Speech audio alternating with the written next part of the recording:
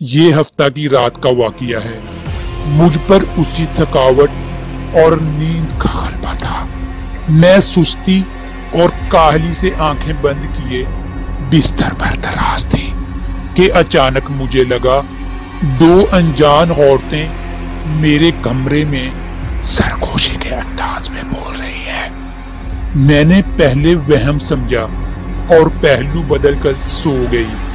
आवाजें मेरे करीब आ गई। कोई मेरे बिस्तर पर बैठ गया था। मैंने आंखें नहीं खोली और न चौंकी, लेकिन जब ये सरगोशियां मुझे साफ सुनाई देने लगी तो मेरा दिल धक धक करने लगा। देखूं क्या वाकई ये सो रही है?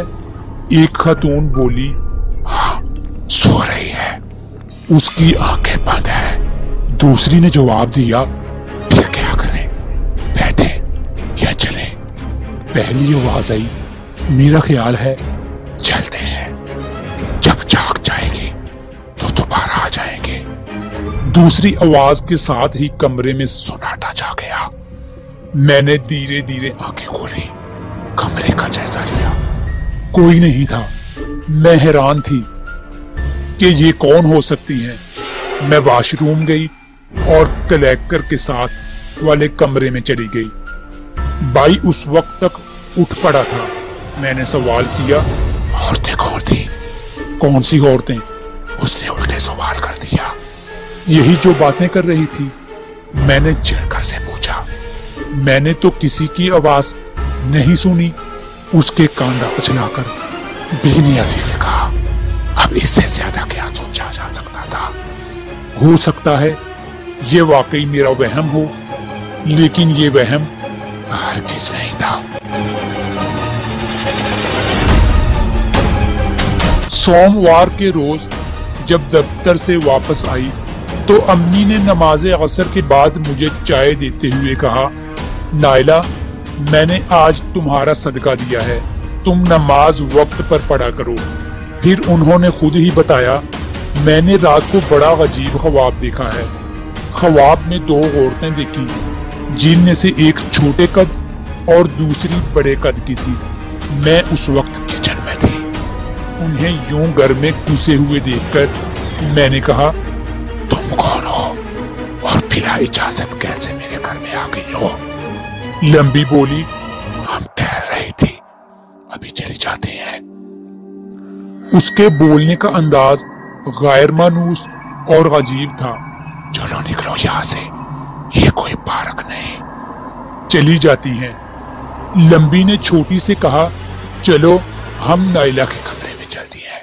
अरे अरे, मैं उन्हें रोकती रह गई। वो तुम्हारे कमरे में गई और जब मैं भी उसके पीछे तुम्हारे कमरे में पहुंची तो दोनों गायब थी। अलबत्ता तुम्हारे कमरे से अजीब सी बू आ रही थी, ऐसे जैसे चूहा भरा पड़ा हो। मैं तो चीख उठी और उस चीख के साथ ही मेरी आंख खुल गई। मैं समझ गई कि ये दोनों बदरूहें थी। वहां ये बदरूहें ही हो सकती हैं। मैंने चौंक कर कहा और अम्मी से 2 दिन पहले का वाकया बयान कर दिया। दोनों परेशान हो गए कि ये शैतानी मखलूक हमारे घर क्या करने आ गई हैं। उस वक्त हम दोनों माँ बेटी ने आयत करीमा पढ़ा और तखौफ व दुआ बला की दुआएं पढ़कर पूरे घर पर फूंकी मारी। अम्मी ने खुशबूयात भी जलाई और कहा, मेरी अम्मी ठीक कहा करती थी कि जिस घर में नमाज और जिक्र इनकार नहीं होता वहां शैतान डेरे डाल लेता है। उस रात मैं नमाज ईशा के बाद आयतुल कुर्सी पढ़कर सोई। तौबा अस्तगफार की ये मेरी कोताही थी कि मैं नमाज से गाफिल हो गई थी।